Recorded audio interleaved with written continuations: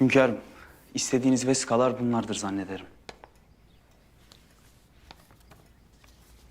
Evet. Tam beklediğimiz gibi. Almanlar evvel az silah göndermiş, lakin sonra sevkiyatı arttırmış. Grup topları, mahzer tüfekleri. Aferin evladım. Paşa, ne yapacağını biliyorsun. Aferin. Bu vesika dünya siyasetini değiştirecek. Artık sömürge için ortak hareket eden değil, birbiriyle savaşan devletler olacak. Aferin evladım. Bu da sömürge nizamını zaafa uğratacak. İnşallah hünkârım. Söyle evladım. Hünkârım, ben bu Zarov'u takip etsem. Neden? Harple ilgili başka şeyler biliyor olabilir. Alıp getirsem, sorgulasak. Evladım, siyasetin terazisi hassastır. Bir adamın ne olduğunu bilirsin, lakin ona dokunmazsın. Dokunmak zor olduğu için değil, ölmesi işine gelmediği için. Çünkü o ölürse yerine birisi geçer. Onu tanıyana kadar vakit kaybedersin. Yani Ömer Efendi, bildiğin düşman, bilmediğin düşmandan evladır. Hem bak bildiğin düşmandan böyle işe yarar vesika alırsın. Hadi selametle. Evladım, Buyurun hünkârım. Zarof'un peşine düşme. İşini yaptın, bitti.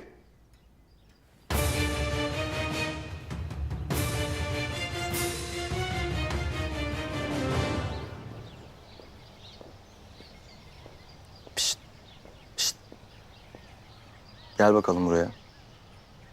Gel gel, korkma.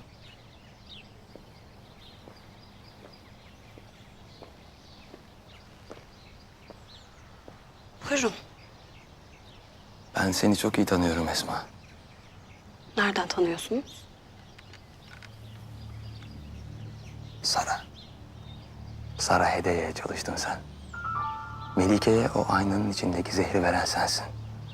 Sara'nın emriyle. Ama efendim, yalan. Yalan bunlar. Korkma. Aynı gemideyiz. Şimdi senden bazı isteklerim var. Bunları Sara'nın arkasındaki güçlerin istediğini düşün. Beni tanıyorsanız neler yapabileceğimi biliyorsunuzdur. Söyleyin lütfen.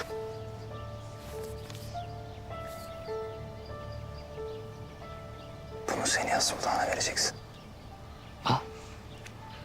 Saat tam onda Bidar ve Abdülkadir'i bir şekilde mutfağa getireceksin. Onlara şöyle söyle.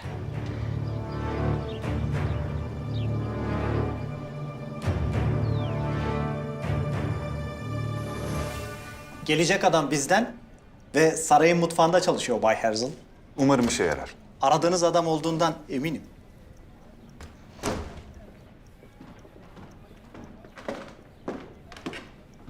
İşte size bahsettiğim biraderimiz bu Bay Herzl. Elinizi sıkmak büyük bir onur. Bay Theodor Herzl. Adınız bizim için umuttur. Çok teşekkür ederim. Bunları uzun uzadıya konuşuruz. Ama öncelikle sizden istediğim mevzu. Babam. Onun nerede olduğunu bulabilecek misin? Hiç merak etmeyin. Mevzudan haberdarım. Babanızın nerede olduğunu bulacağım. Roş Aşana gününde saraydan Yahudiler için yemek çıkıyormuş, doğru mu? Evet, babanıza da götürülecektir. Onu bulacağız.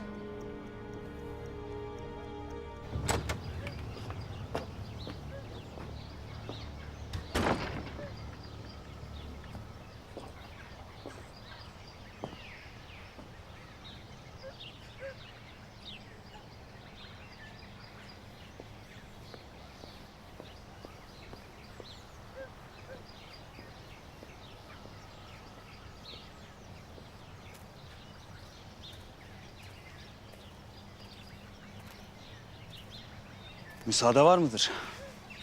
Elbette.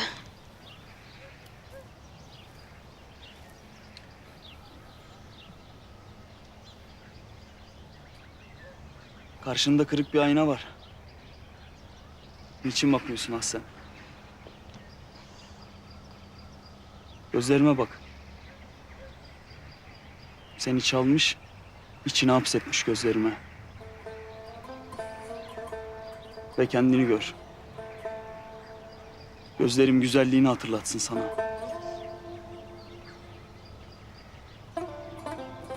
Konuş. Ama tek kelam etmeden konuş. Yüreğinle anlat. Gönül sesinden başka eş, dost, arkadaş vallahi istemiyorum. Ömer.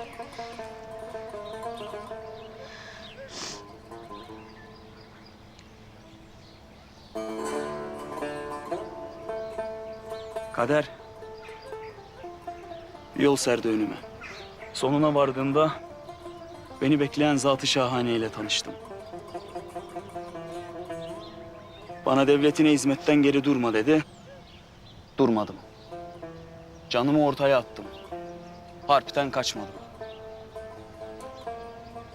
Lakin bir gün öyle bir laf etti ki bana, ben yönümü şaşırdım. Tek sevdan dinin olacak dedi. Gönlünde devletinden başka yar olmayacak dedi. Bundan ötesine izin yok dedi. Ama ben sahip çıkamıyorum şu yüreğime. Seni her gördüğümde ruhum titriyor. Nedir bu çırpınış? Şevk olası mı, aşk olası mı? Bilmiyorum nedir bu?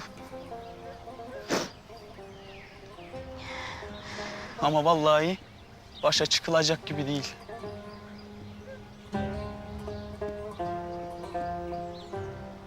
Gökler mi şaşıracakmış? Şaşırsın. Cihan alt üst mü olacakmış? Olsun. Hangi kıyamet senin hasretinden daha fenadır? Aslan, ben bu dünyanın en talihli insanıyım. Çünkü seni tanıdım. Sen bana nefes oldun. Bana can oldun. Allah şahidimdir. Ecel gelmedikçe ben seni bırakmam. Ömer.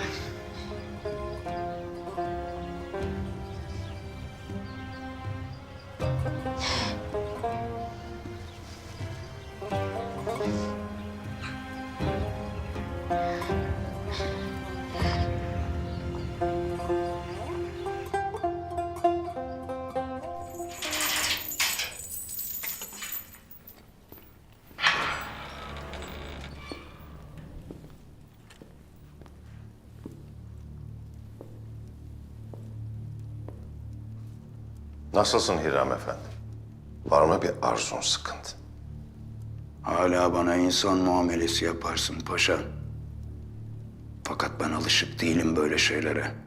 Allah'ın size verdiği varlığı neden yerden yere vurursunuz? Neden yazık edersiniz? Size göre ben günahkar, adi, düşkün biri değil miyim paşa?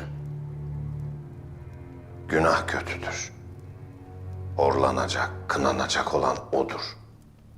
Günahkar, günah kirinin altında ezilmiş bir zavallıdır. Üzülürüz. Serbestsin Hiram Efendi. İstediğin yere gidebilirsin. Lakin yaptığımız anlaşmayı unutma.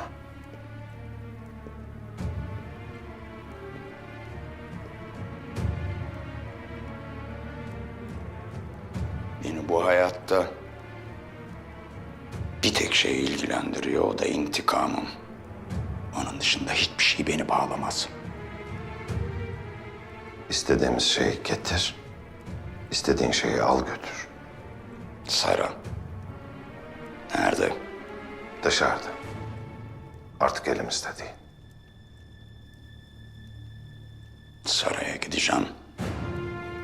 Sırlarını da size getireceğim. O vakit bizden istediğin adamın yerini öğrenebilirsin. O pisliği ele geçirdiğimde, cezasını kestiğimde işte o zaman tekrar insan olabilirim paşa. O vakit intikamımı almamı sağlayan Abdülhamit'e bile bağlanabilirim. Allah'a kul olmayan biri onun kullarına da bağlanamaz Hira. Belli mi olur paşa? Buyur.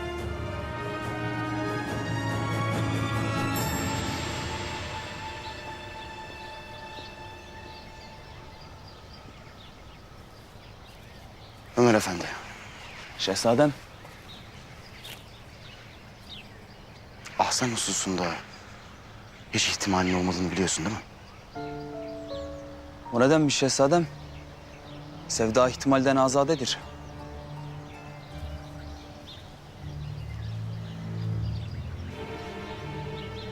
Ben bir şehzadeyim Ömer Efendi. Damarlarımda Osmanlı sultanlarının kanı gezer ve ben Ahsen'i istersem senin bir ihtimalin kalır mı? Şehzadem, evet. Sizin dedeleriniz bu devletin hizmetkarı ve hünkârı oldular. Lakin şunu unutmayın. Kan, akrabalık, bunlar hakikatin karşısında geçersizdir. Ne demek istiyorsun? Şunu demek istiyorum. Hangi kanı taşırsan taşı, içinde dolaşan kan benimki gibi kırmızı. Ben bu sarayda itibar görüp sultana suikaste karışan adamlar gördüm şehzadem. Açık konuş. Siz diyorsunuz ya akrabalık var, kan var diye. O kansız Mahmut Paşa'yı ben kendi koluna sıkarken gördüm suikast meydanında. Alın size akraba, alın size ihanet. Eğer siz hakiki bir şehzade olamazsanız hünkârın gözünde zerre kıymetiniz olmaz şehzadem.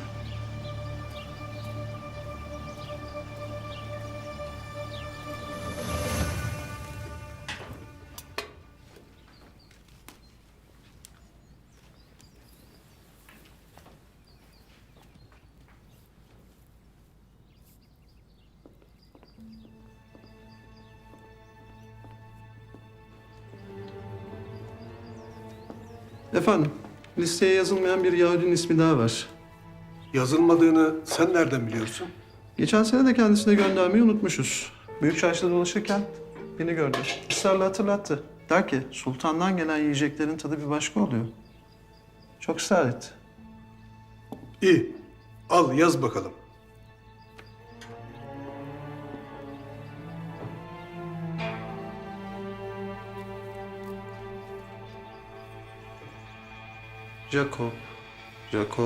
Jacob Herzl. Küçük sokak, ikinci ev. Demek sizi bu adreste saklıyorlar.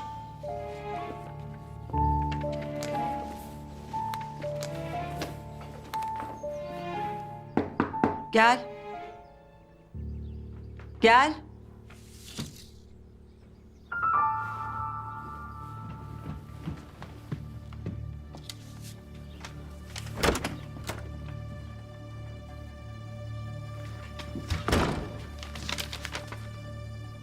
Oğlun Sabahattin elimizde.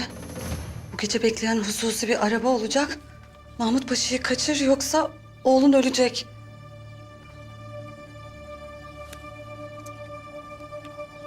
Sabahattin.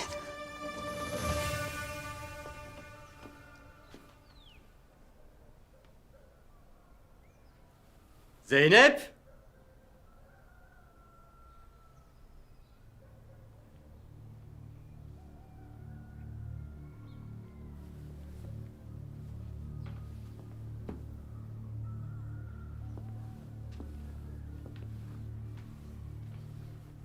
Zeynep neredesin? Zeynep?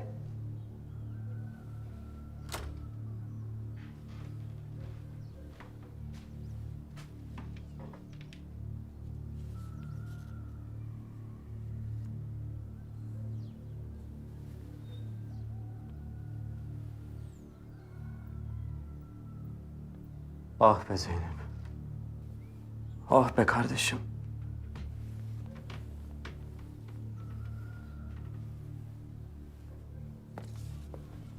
Gitti işte. Senin yüzünden gitti Zeynep. Ne oluyor lan?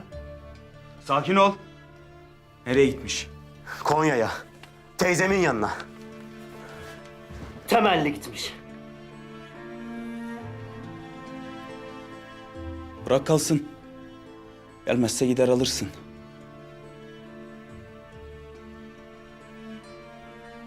Sen hele bir söyle. Şu kıyafetler ne iş? Sana ne birader? Bak oğlum. İtle çakalla takılıyorsun. İş dediğin bu muydu lan? Kardeş, sana mı soracağım? Ben işimden memnunum. Bak Yusuf. O adam tekin değil. Avrupa bize harp açacak. O adam düşmanla iş tutuyor. Senin derdin benimle. İyi bir iş bulduk, dümeni düzelttik ya. Çomak sokmak için uğraşıyorsun değil mi? He? Ya sabır. Oğlum ben o adamı bulacağım, konuşturacağım. Sen ne göreceksin kimle çalıştığını? Öyle bir şey olmayacak. Sen git saray kızıyla konuş. Git ona konuş. Oğlum o adama söyle, elimde veskaları var. Almanlar namına İngiliz sömürgelerine sattığı silahların veskası.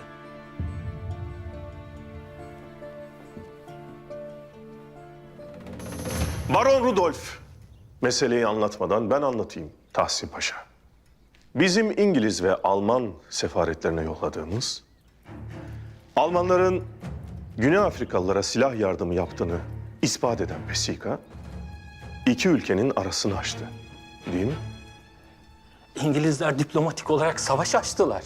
Tam istediğiniz gibi Tahsin Paşa. Alman İmparatoru da sizi buraya, savaşa İngilizler girerse Almanların da gireceğini söylemek için yolladı. Aynen öyle. Tam olarak. Bunu da en kısa zamanda ilan edebileceğini söyledi İmparator Wilhelm.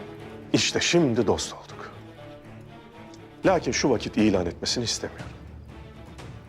İngilizler ne zaman savaşa girerse Almanlar o vakit meydana inecek. İnanın imparatorumuzun bu kararına en çok ben sevindim. Hem demiryolu hem silah ticareti işinde her şeyi kabul edeceğiz. İşi derhal hızlandırınız. Emredersiniz ekselansları.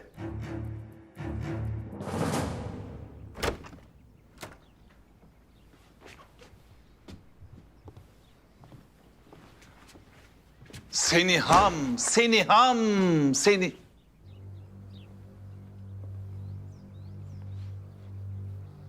İnsanın günün her saati kendi ana babasının yüzüne tükürmesi kadar çirkin başka bir şey var mı Mahmut? Böyle çirkin bir şey olur mu Seniham? Nereden çıktı? Var Mahmut, var. İnsanın kendi devletine karşı ecnebilerle iş tutması da işte bu kadar çirkin bir şey.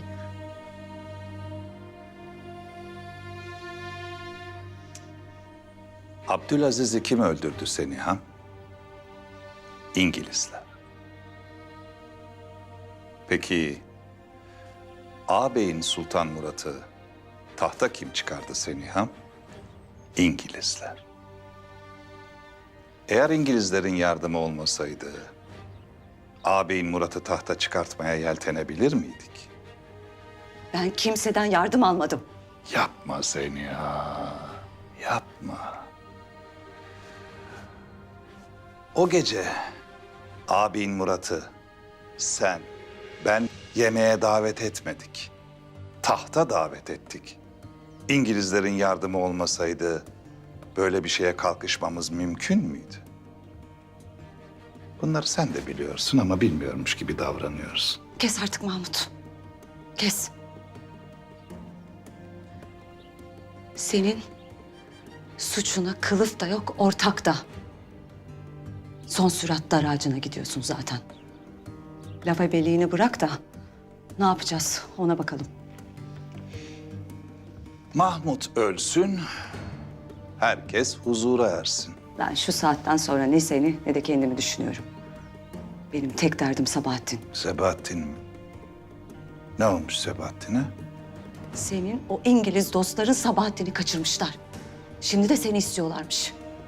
Vay kefereler. Vay şeref yoksunu alçaklar. Bırak yalanı Mahmut. Bırak bunları. Senin gözünün önünde oğlunu kesseler bile sen onlarla gönül bağını kesemezsin. Senin aklını, ruhunu, kalbini almışlar. Tamam, tamam. Şimdi sus. Kapat ağzını da söyleyeceklerimi iyi dinle. Saat tam 10'da buradaki şamdanı devirip yangın çıkaracaksın. Anlaşıldı mı? Ben o sırada Abdülkadir odasından çıkaracağım. Sen de Abdülkadir'in odasına girip oradan tünellere çıkan geçitten ineceksin. İngilizler seni limanda bekliyor olacaklar. Nedir söyle? Seniham, ben senin bu tertibine uyuyayım. Uyuyayım uyumasına. Yangın da çıkartayım ama siz eğer beni bu odada unutursanız ben burada cayır cayır yanar giderim yahu. Merak etme, yanmazsın Mahmut. Askerler olacak kapıda. Onlar çıkaracak seni buradan. Sence bu tertibin yürür mü? Seni buradan çıkarana kadar Abdülkadir elindeki fotoğrafı bitirip hünkârımıza yetiştirmezse yürüyecek elbette. Hadi inşallah. Seniham. Dediklerimi yap Mahmut.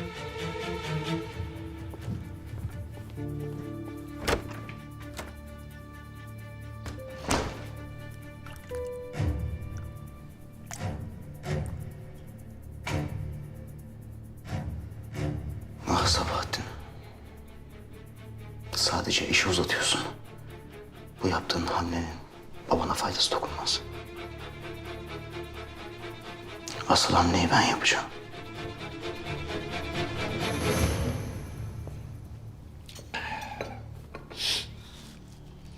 Anlat bakalım.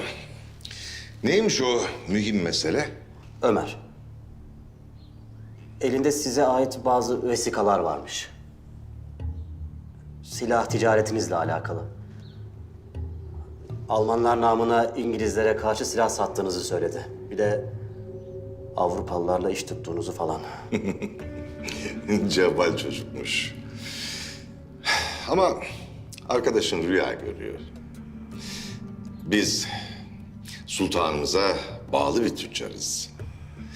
Arkadaşına söyle, gelsin tanısın, görsün bizi. Yok, o şimdi tedbirlidir. Buraya gelmek istemez. Zaten ben de onun zarar görmesini istemem. Bizden kimseye zarar gelmez. Ama madem tedbir diyorsun, ben gece limanda olacağım. Akşam 10 gemisiyle payitahttan ayrılıyorum. Liman epey kalabalıktır. Oraya gelsin, orada konuşalım. Tamam. Ben bir Ömer'le konuşayım.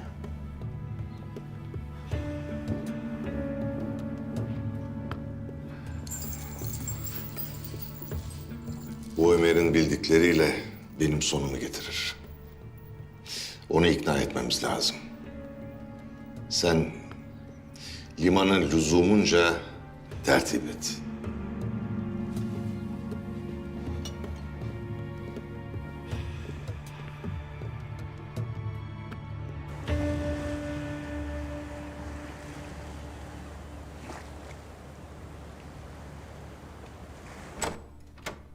Sultan Abdülhamit Han Hazretleri, El Muzaffer daima.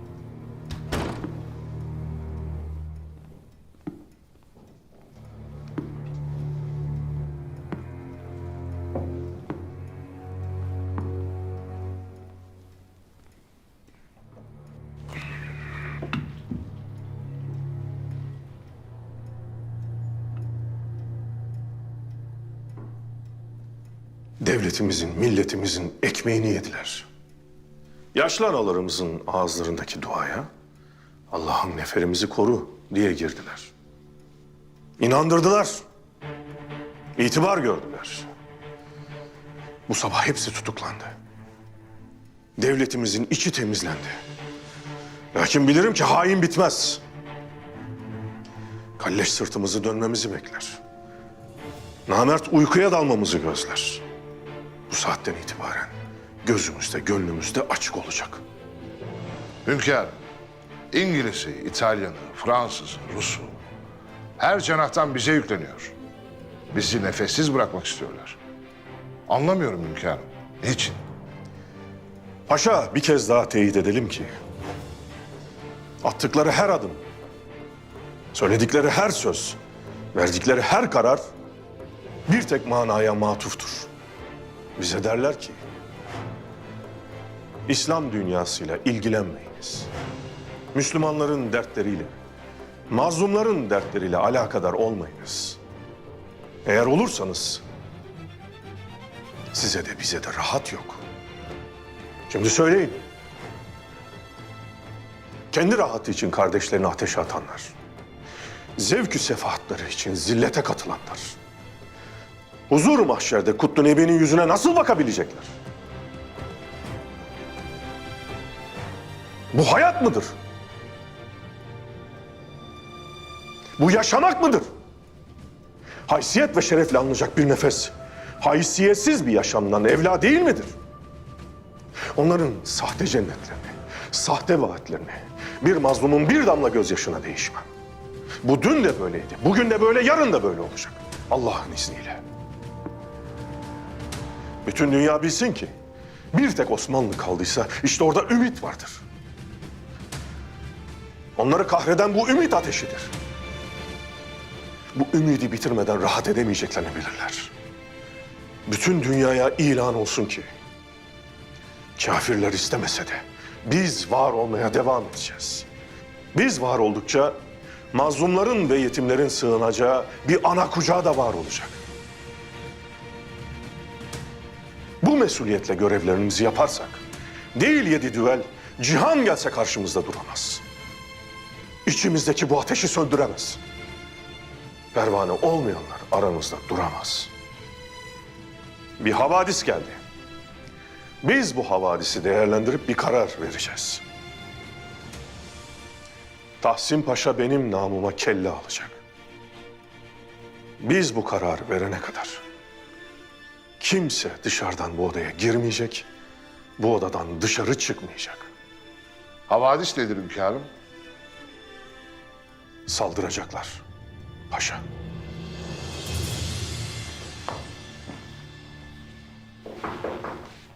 Gel.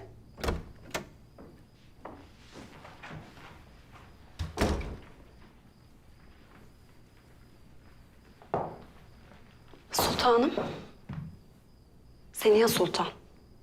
Sizi mutfaktakiler de bekliyormuş. Niye oradaymış? Sebebini bilmiyorum sultanım. Tamam sen çık.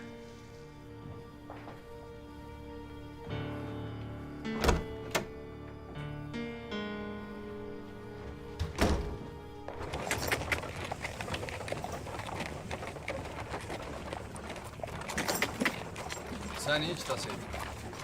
Hallederiz. Kaygılanma. Oo. Sağ ol. Konuştum Zaharof'la. İyi. Nerede bulurum? Beraber gideceğiz. Ne sualin varsa sorarsın. Ha. Dediklerini de söyledim, hiç anlattığın gibi değil. Sen o şakalla alakalı ne biliyorsun oğlum? Cebine 3-5 para girdi, gözün kör oldu lan. Tamam, uzatma. Hadi. Ya ben kendim giderim. Sen bana yerini söyle. Limana çek. Saat 10'da kalkacak gemisi. Seninle konuşup payitahttan ayrılacak. Hadi o zaman bir okkalı kahve içelim.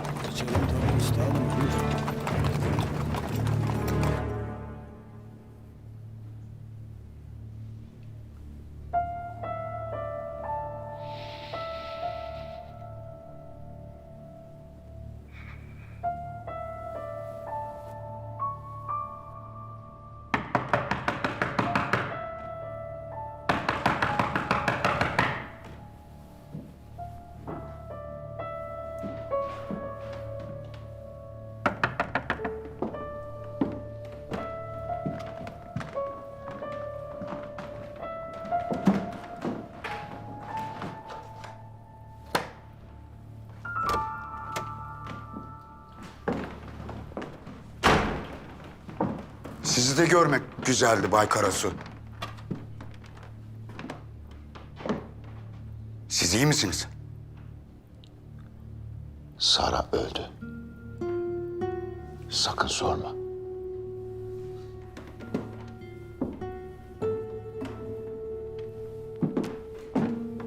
İyi olmuş deyip çenemi kapatacak halim yok ya. Nasıl yani? Nasıl öldü? Abdülhamid öldürdü.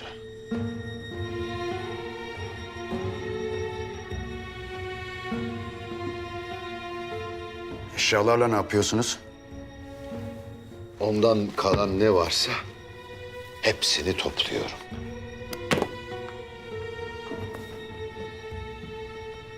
Sara ilginç bir kadındı.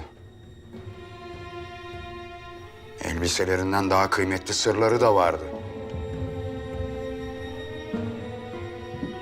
Nerede bir sırrı varsa hepsini bir bir toplayacağım Hiram. Benim hakkımda da bir şeyler biliyordu. Merak etmeyin. Saraya dayanın. Sırlarını da, intikamını da beraber alırız.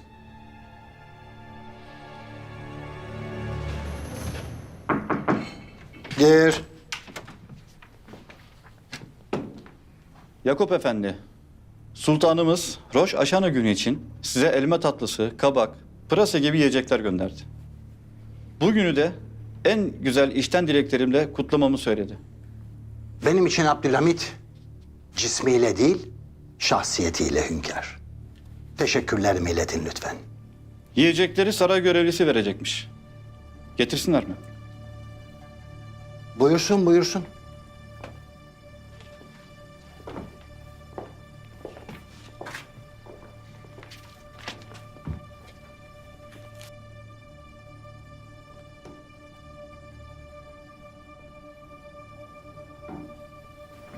Yemekleri gördün, yüzüme bile bakmıyorsun.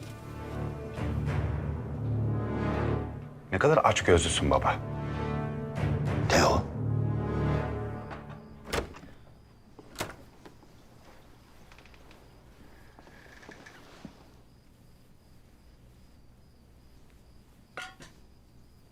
Teşekkürler. Başka bir emriniz var mıdır sultanım? Esma Kalfa'yı gördün mü? Yok sultanım. Odasından pek çıkmıyor. Başka bir arzunuz var mı? Yok. Çıkabilirsin.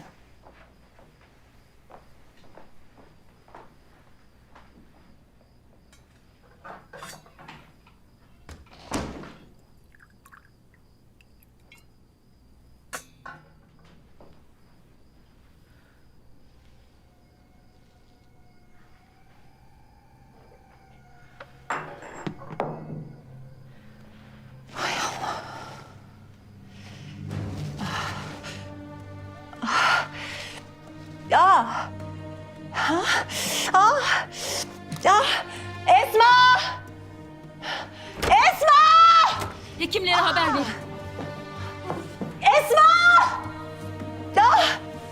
Ya! Sultanım. Esma! Sultanım. Ah! Sultanım doğuruyor.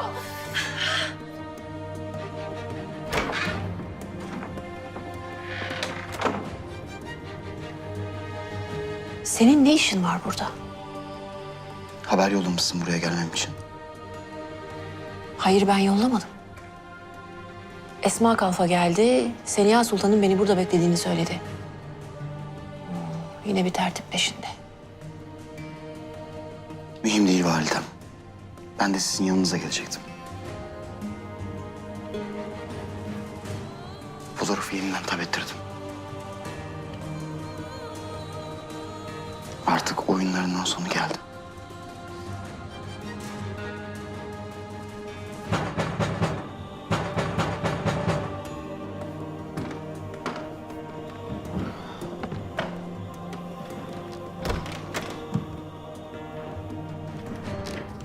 İşte sizi pek kıymetli babamla tanıştırıyorum. Yakup Herzl. Abdülhamit'in itimadını kazanmış muhteşem Yahudi. İtimat derken nasıl bir itimat? Onun marangozhanesine girip onunla şahsi görüşebilecek kadar. Hayreti mucip gerçekten. Bay Herzl Viyana'da gelip benden yardım istediğinde pespaye bir haldeydi. Anlaşılan Abdülhamit onu adam etmiş. Abdülhamit gibi birine düşmanlık beslemenizi anlayabilmiş değilim. O muazzam bir adam. Teo, ne yapmak istediğini gayet iyi anlıyorum ama babam bizim işimize yaramaz. Herkesin zaafları vardır. Babamın zaafı da annem. Şimdi Jakob Herzl itimadını kazandığı Abdülhamit'i öldürmeyi reddedecek. Ve bizim katilimiz Hiram'da annemi mi öldüreceksin? Buna dayanabilir miyim? Ya, dayanamazsın Teo, dayanamazsın. Bay Jakob, bence siz Abdülhamid'i bütün insanlık için öldüreceksiniz. Teo için, Teo'nun annesi için, kendiniz için. Abdülhamid'in marangozhanesine gireceksiniz ve dünya artık bambaşka bir yer olacak. Abdülhamid mezara girecek.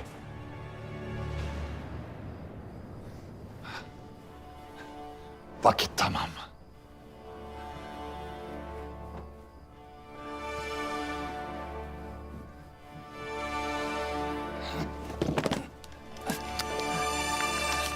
Biraz daha kağıt.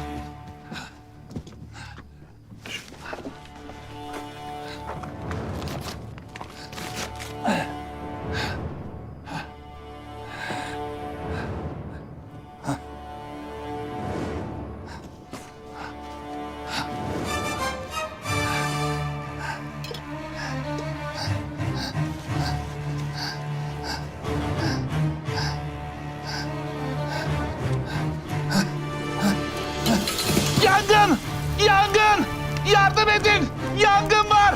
Yanıyoruz! Yangın! Yangın var! Yangın! Yangın! Kurtarın beni aslanlarım! Paşa yanıyor paşa! Yangın var! Yanıyorum! Paşa yanıyor! Yanıyor! Açın kapıyı! Paşa yanıyor! Paşa! Yanıyorum evladım! Yangın büyük evladım! İşte vaziyet, işte ahval. Yunan içindeki hafiyemiz karakollarımızdan birine saldırı olacağını söylüyor. Hangi karakol olduğu belli mi? Tedbirimizi alalım. Maalesef paşa. Siz söyleyin paşalar. Yunan bize saldırırsa ne yapalım? Hünkârım, sulh yoluna gidip savaşmamak en iyisi. Paşam doğru söyler hünkârım. Harbe gerek yoktur. Devletimizin izzetini korumak lazım. Kaybedebiliriz. Harp etmemek en iyisi. Hünkârım, korkarım ki Yunanlıların arkasında başka güçler var. Harbe girersek kaybımız ağır olur. Biz Osmanlıyız. Kaçacak mıyız? Üstümüze saldıracaklar da. Öylece duracak mıyız?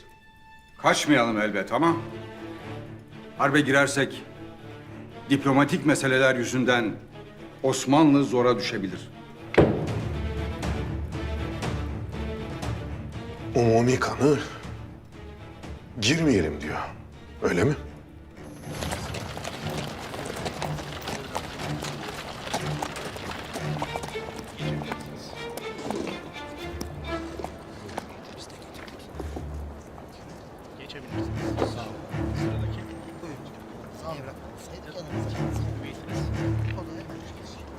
Nerede buluşacağız? Buralardadır, buluruz şimdi. Silahını ver. Aslan yedi. Bay Zaruf'un emridir. Silah yok. Tamam kardeş. Tamam. Tamam. Silahını bana ver. Ver.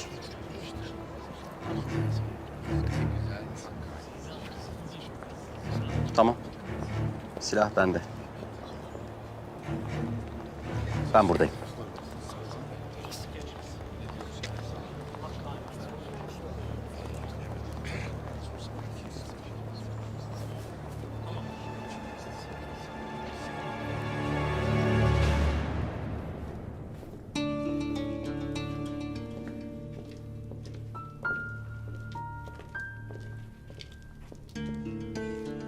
Mahmut. Çıkışta bir araba seni bekliyor olacak. O nereye gideceğinizi biliyormuş.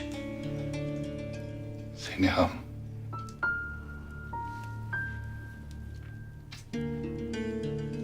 Sen de benimle gelseydin. Ne olursa olsun. Sonuçta benim hanımımsın. Benim hazinemsin. Benim güneşimsin. Sen de gelsen. Ben gelemem Mahmut. Unut bunu. Hadi güle güle.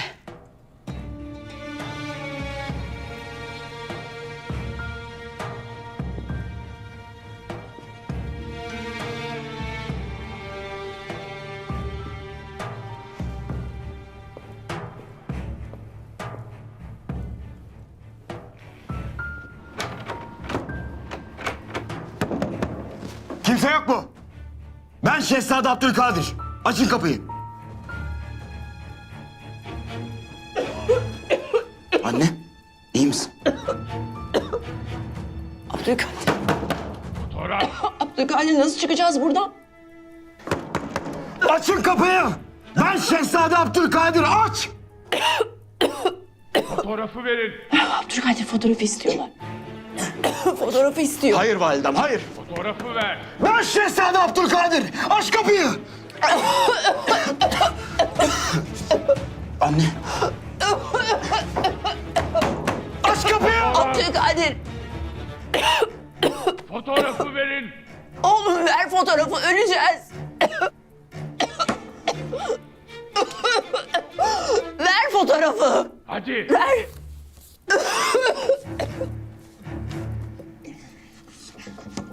Aç kapıyı!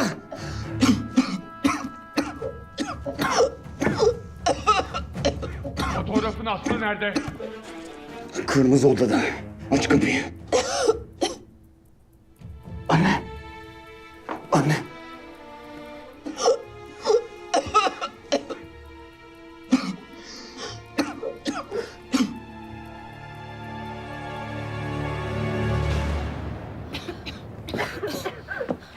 Herkes sakin olsun.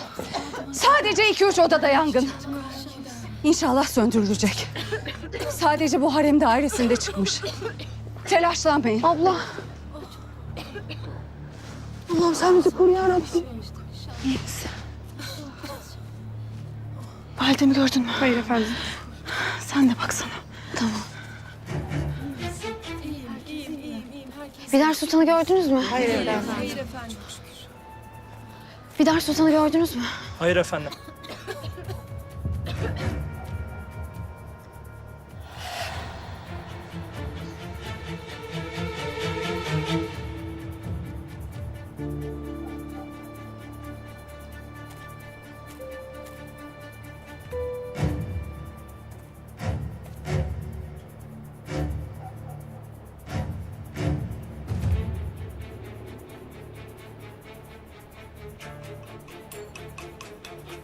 Baba. Kızım.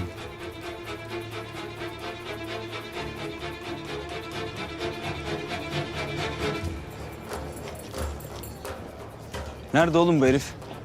Gemi 10'da gelir elbet. Erken geldik biraz. Oo Yusuf abi. Nasılsın abi?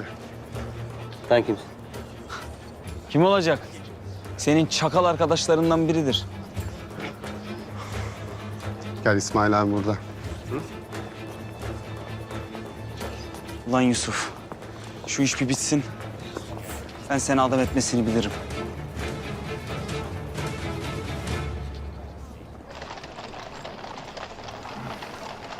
Hoşça kal Paypa.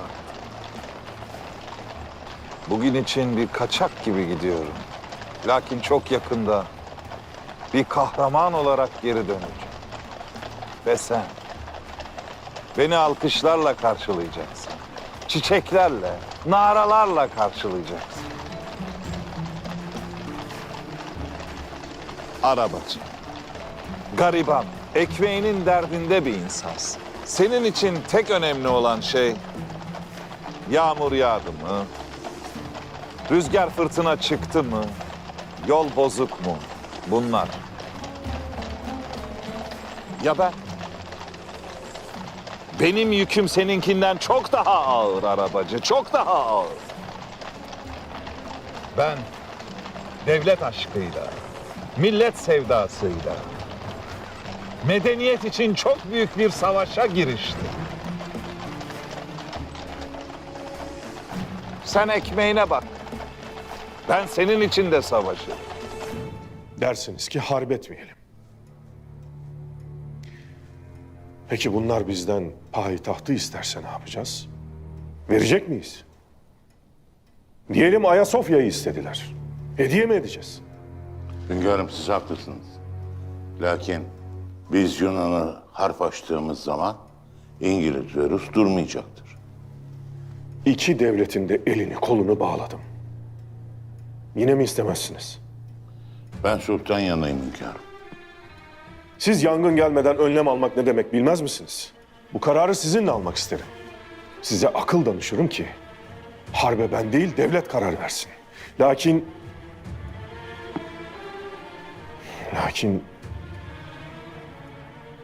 şu saatlerde Yunan karakollarımızdan birine saldırmış olabilir. Biz hala burada harbi tartışıyoruz. Ve hala içimizde girmeyelim diyenler var. Çalın davulları çaydan aşağıya, aman aman mezarımı kazın bre dostlar, belden aşağı. Baskın var! Süper olun!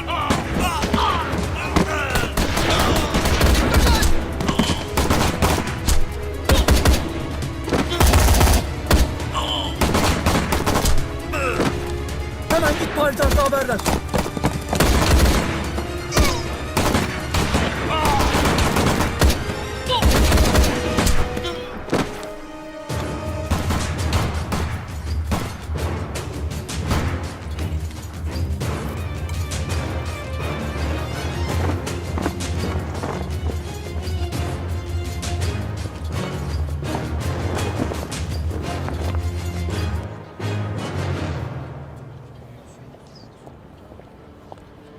Ömer!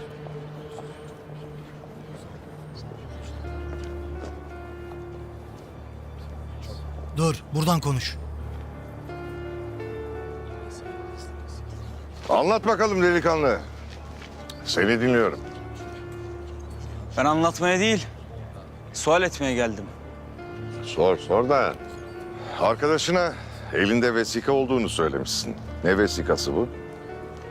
Sen Yunan Harbi ile alakalı vesikaları verirsen ben de sana elimdeki vesikayı veririm. Ne biliyorsun ki?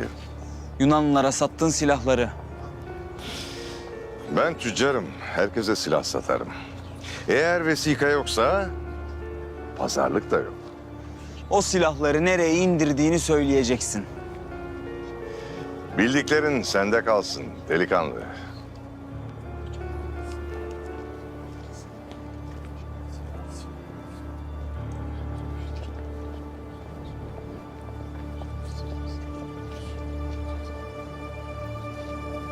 Eyvallah.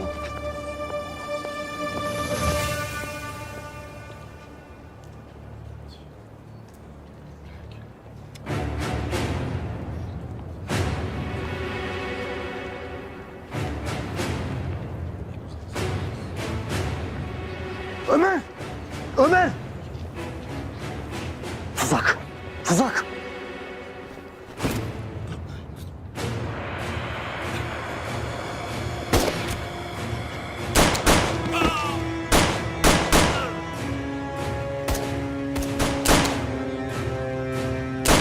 Ömer!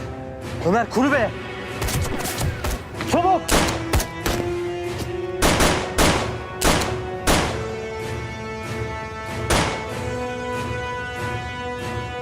Yusuf!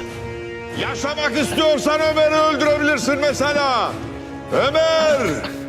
Konuşursan yaşayabilirsin mesela.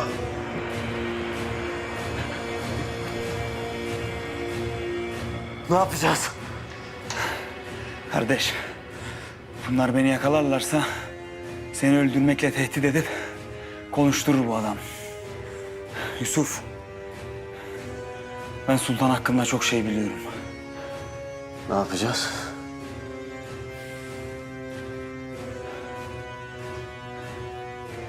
Öleceğiz kardeş. Öleceğiz. Yusuf! Hadi öldür onu! Yoksa ben ikinizi de geberteceğim. Hadi çek tetiği! Kallesiniz! Kardeş, bunlar bizi yaşatmazlar. Sen de bizi ele vermezsin. Başka çaresi kalmadı. Kaldır silahını. Kaldır! Kaldır. Hadi Yusuf! Çek şu tetiği!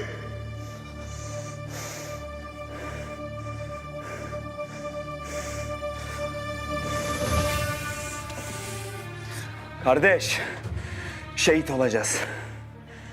Beni yakalarlarsa devlet yanacak. Millet yanacak. Hadi. 3 deyince ahiret yurdunda uçacağız. Bak. İçimizin de bir mermisi var. Iskalamak yok kardeşlik. Hadi oğlum! 1, 2...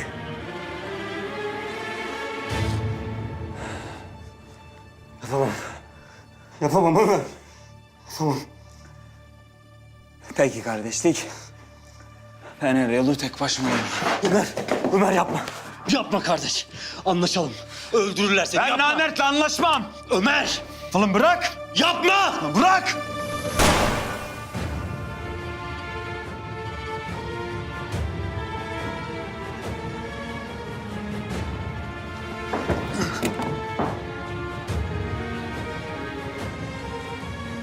Ömer.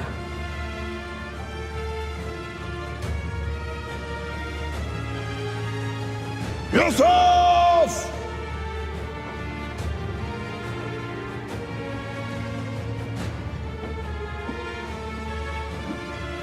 Aferin oğlum! İndirin silahları!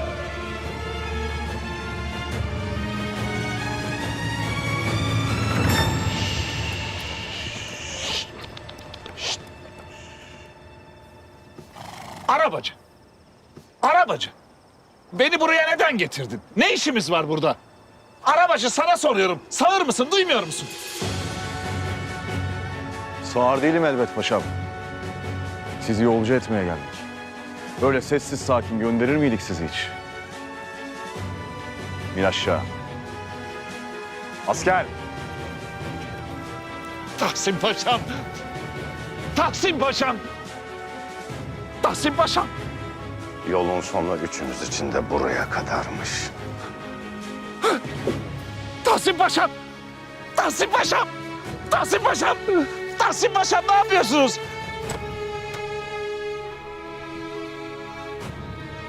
Hünkârım içeri girilmemesini buyurmuşsunuz. Lakin kellem gidecekse dahi bu haberi size bildirmem lazımdı. Gel.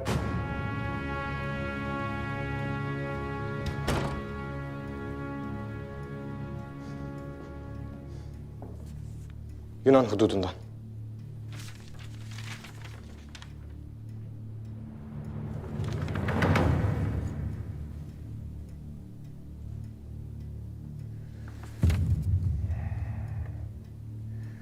Osman Paşa, okuyunuz.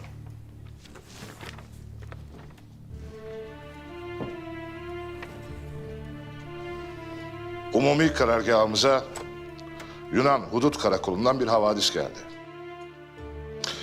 Devletimize ihanet eden askerlerin haberine üzülmüşken bu gece başka bir havadis aldık. Kardeşin kardeşe sırt çevirdiği şu vakitler ne çetin vakitlerdir hünkârım. Maalesef Yunan köylerinden kurulmuş olan bir askeri birlik karakolumuza saldırdı.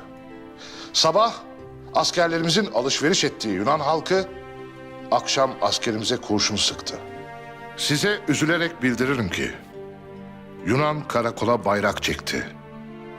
Köydeki Müslüman halkı çoluk çocuk ayırmadan katletti.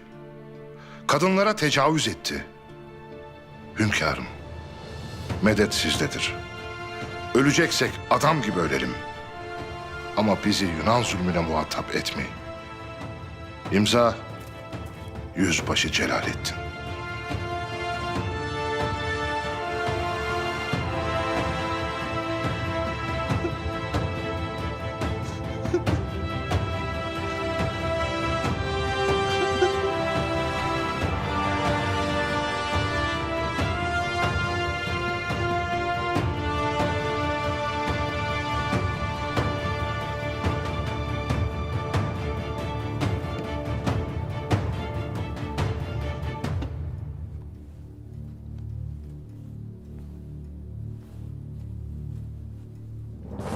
Bu bayrak Allah yolunda savaşanların bayrağıdır.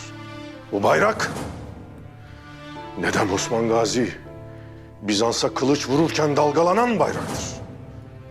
Bu bayrak İstanbul'un fethinde surların kalbine dikilen bayraktır.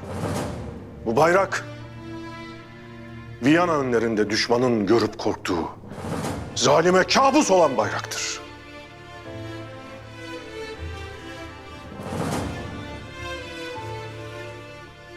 Bu bayrak zafer görmüş bayraktır. Sen mağlup etme Allah. Biz sefer dedik, bizi zaferle müjdele Allah. Ölene kadar sefere yemin ettik. Cihan bilsin ki zafere yemin ettik. Yemin ettik.